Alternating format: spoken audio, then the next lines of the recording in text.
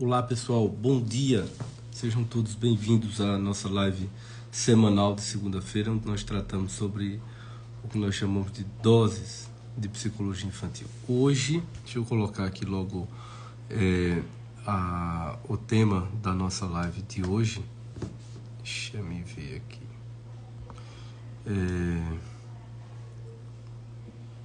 A sobrecarga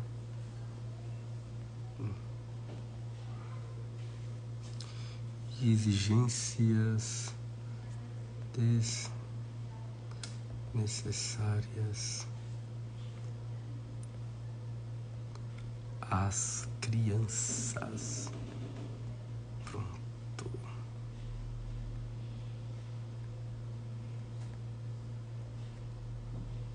Fixado.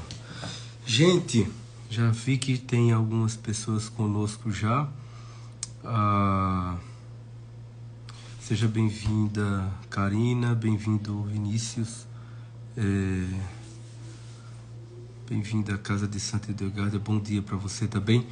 Por gentileza, vocês podem me dar o retorno se está dando para ouvir bem e me ver bem, tá sendo tranquilo para vocês? Por favor, se vocês puderem me dar esse retorno, eu agradeço.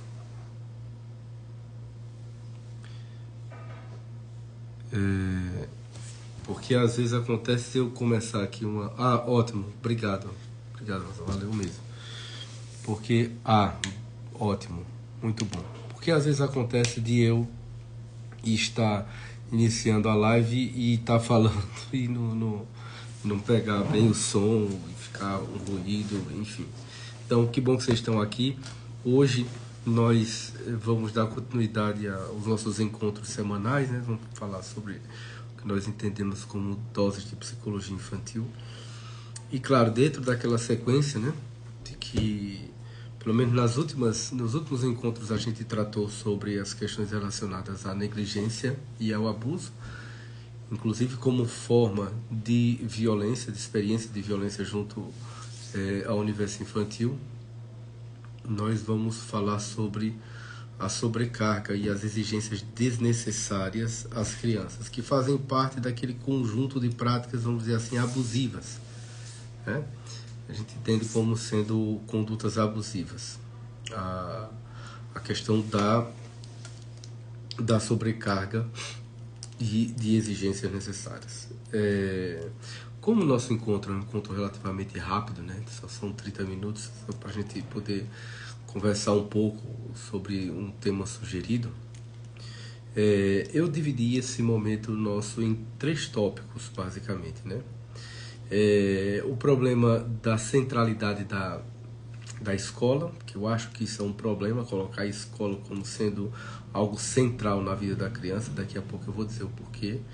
Isso não se trata de um discurso anti-escola, não é isso, até porque eu também reconheço e sei da importância que a escola tem, não enquanto escola, enquanto instituição educacional, que é uma outra coisa, mas como uma instituição caracterizada como um espaço nos últimos anos destinado à sociabilidade das crianças. Mas isso aí é uma outra questão que a gente pode tratar com mais...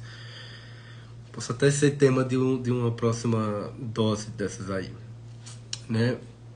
Um outro ponto, um outro tópico é tratar sobre a questão dos excessos de atividades programadas. Isso também é algo que eu entendo como um problema, porque dificulta, né? Ou mesmo tira a possibilidade de você ver uma experiência espontânea e criativa. E no terceiro momento, aí claro, a necessidade de a gente pensar uma vida, né, um viver livre e espontâneo, né, para que a criança possa experimentar da forma mais criativa possível a sua vida e o seu mundo, né? Porque quando a gente fala em sobrecarga, a gente está falando de quê? De uma exigência que vai além das necessidades e daquilo que é próprio no desenvolvimento e no amadurecimento infantil. Nós sabemos que cada fase do amadurecimento humano, cada fase do desenvolvimento infantil, e eu diria não só infantil, humano como um todo, mas principalmente o infantil, são os primeiros momentos. nós temos nossas potencialidades e limitações, tá certo? Nós não somos só constituídos de potencialidades, nós também temos as limitações que nos são impostas pelo próprio momento em que nós estamos vivendo. Por exemplo, não posso impor que uma criança, ainda na condição de recém-nascido, ou mesmo de um jovem bebê, ele tenha sua marcha totalmente firme. Não posso exigir isso dele. Por que não posso? Porque a musculatura da estrutura dos membros inferiores dele não estão em condições de suportar, não tem recurso ainda para se manter devidamente de pé. Isso é um fato. Então, eu não posso exigir dele, não posso exigir desse bebê essa capacidade, né?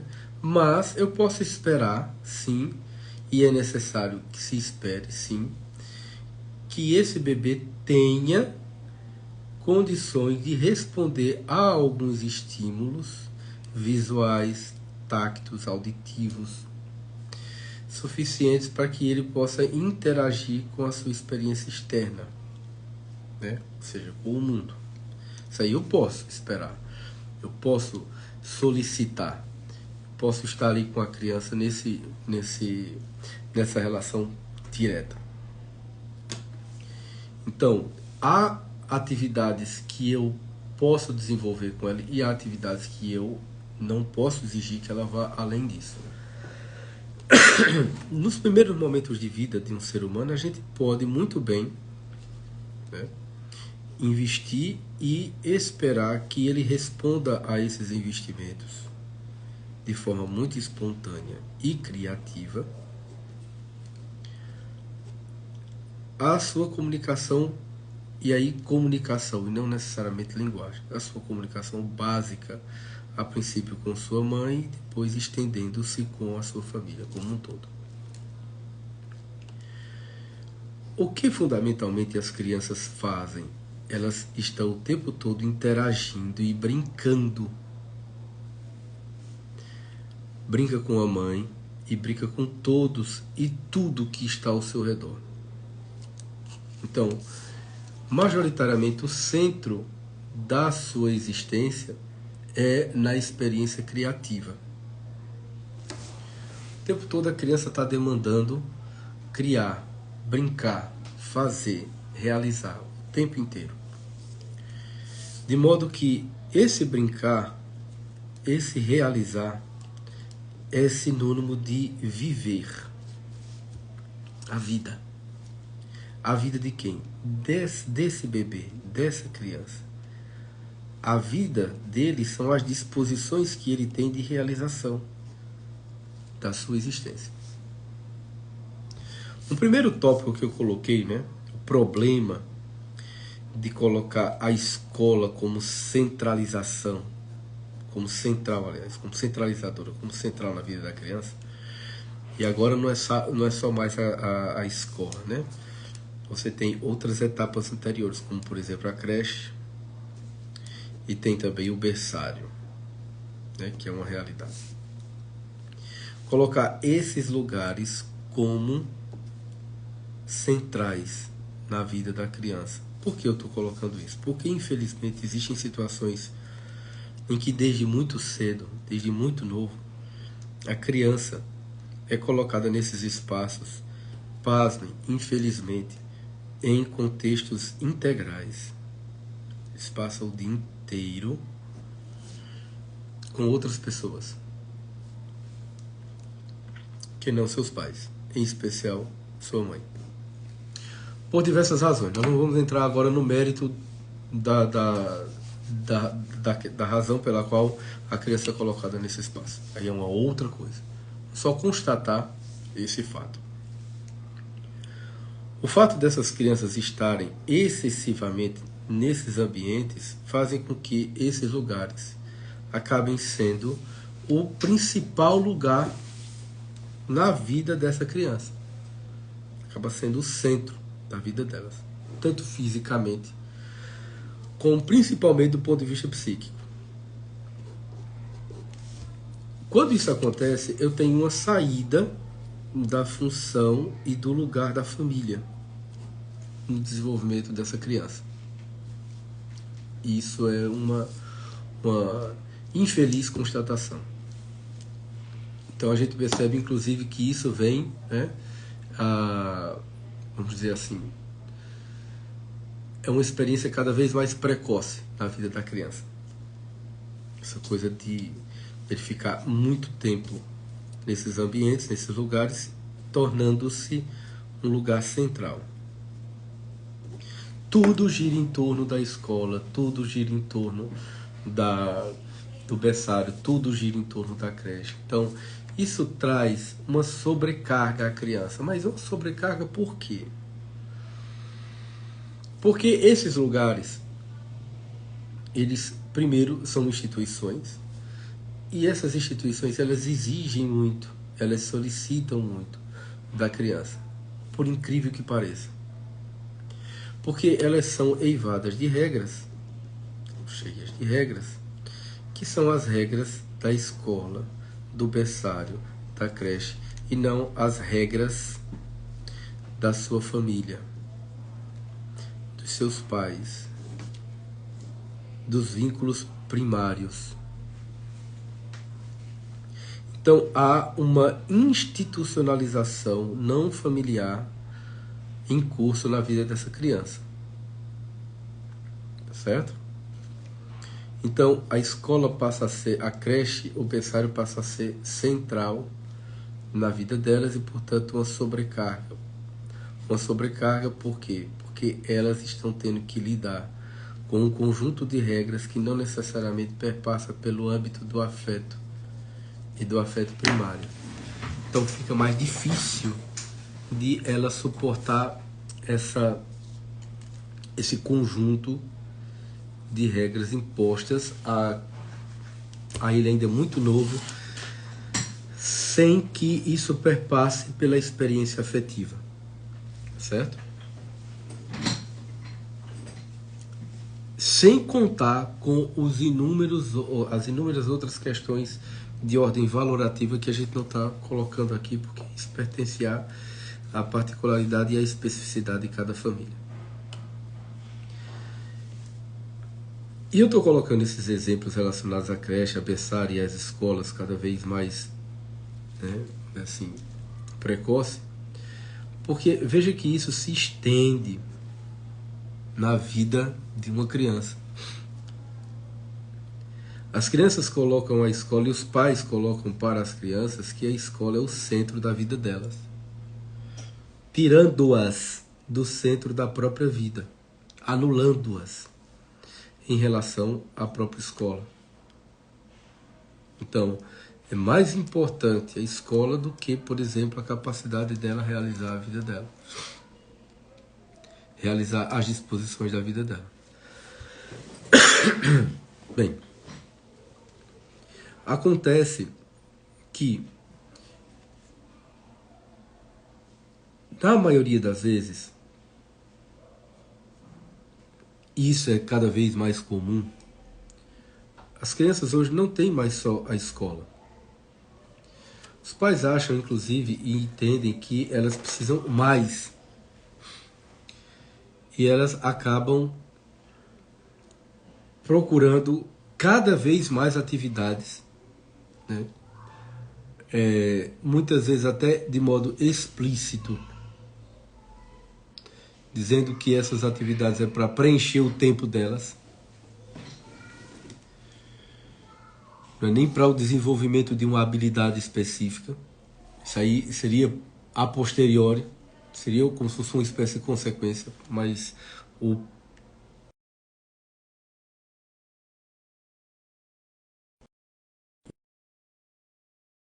voltou? Acho que foi uma chamada aqui que estava...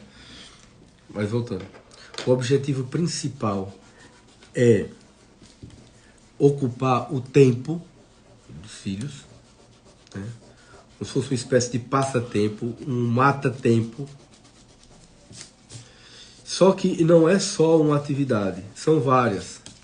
Então você está colocando seu filho está na escola, mas ao mesmo tempo está no balé, está na natação, está no inglês, está na música, está isso, aquilo, tal. E se pergunta sempre o seguinte: onde é que está o momento e o espaço dela de criar? Que aí entra no segundo tópico que eu estava tratando com vocês logo no início.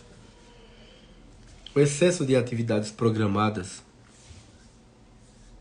tira também a possibilidade da criança ter espaços criativos, espaços espontâneos de tempo durante o dia.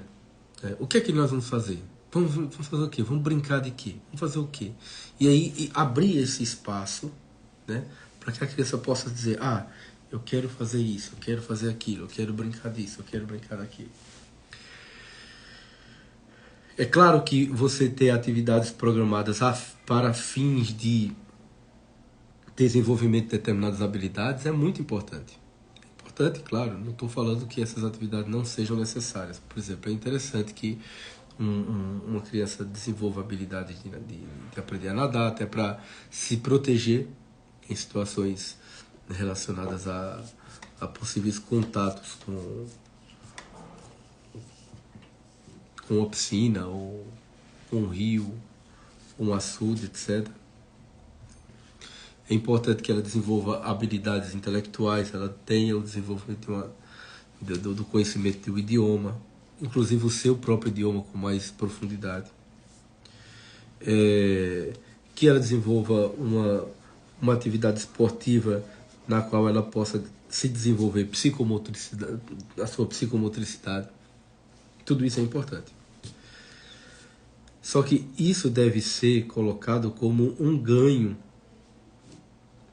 e algo que ela possa realizar de modo espontâneo e saudável, e não que lhe seja imposta e uma espécie de obrigação desnecessária. Por isso que o tema da live é exatamente essa: sobrecargas e exigências desnecessárias. Porque algumas atividades são necessárias, mas outras não. E aí você começa a colocar essa sobrecarga desnecessária à criança e você vai inseri-la num contexto de muita angústia, de ansiedade e de desgaste. Então esse excesso de atividades programadas podem trazer prejuízos porque ela está ali dificultando ou limitando o tempo do seu filho ou da sua filha a ter atividades espontâneas. Que atividade espontânea é essa? Brincar. Eu sempre vou estar chamando a atenção de vocês aqui nessas doses de psicologia infantil. Para quê? A importância do seu filho brincar. A importância de sua filha brincar. Neste exato momento eu estou aqui fazendo a live e a Alice está aqui do lado brincando. Daqui a pouco eu vou brincar com ela. Como eu faço todos os finais de semana, quando eu faço todos os dias, quando eu estou com ela, quando eu chego do trabalho. Porque brincar é ativar as habilidades e as capacidades criativas da criança. Portanto, a sua dimensão saudável. Né? Então, limitar o excesso dessas atividades programadas, dando espaço a atividades espontâneas, é um outro ponto que eu julgo ser fundamental nesse enfrentamento a essas atividades desnecessárias. Né? E por último, fazer com que a criança viva cada vez mais experiências de liberdade, de espontaneidade. Claro, a gente sabe que toda experiência de liberdade, ela exige um comprometimento e uma responsabilidade. E a gente acha que criança é irresponsável, porque a gente pensa que responsabilidade é somente o cumprimento de deveres e obrigações formais que a gente tem na vida adulta. Crianças, elas são extremamente responsáveis. Como você pode dizer que crianças são extremamente responsáveis? Porque elas têm uma capacidade de resposta muito importante. Elas respondem. Elas estão vinculadas e comprometidas com aquilo que elas estão fazendo. Eu vou dar um exemplo para vocês aqui, bem simples. que agora estava acontecendo agora. Daqui a pouco eu vou aqui resolver uma tarefa. Isso aconteceu há poucos minutos. E eu chamei a Alice. Eu disse, Alice, vamos ali com o papai resolver isso, isso e aquilo. Ela olhou para mim e disse, papai, eu não posso. Eu não posso. Quer dizer, no âmbito da possibilidade. É impossível para ela. Papai, eu não posso. Porque eu estou brincando. E eu prontamente disse, filha, desculpa. Tudo bem. Papai vai resolver. Então, quando o papai voltar, o papai pega você. Não, tudo bem. Aí, quando eu terminar de brincar,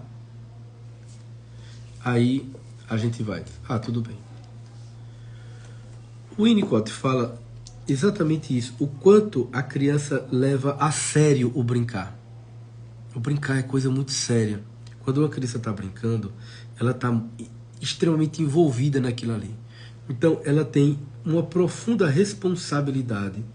Ela responde àquele brincar com um nível de comprometimento, nível de compromisso muito alto. Então, ela está ali comprometida, está responsável por aquela experiência ali.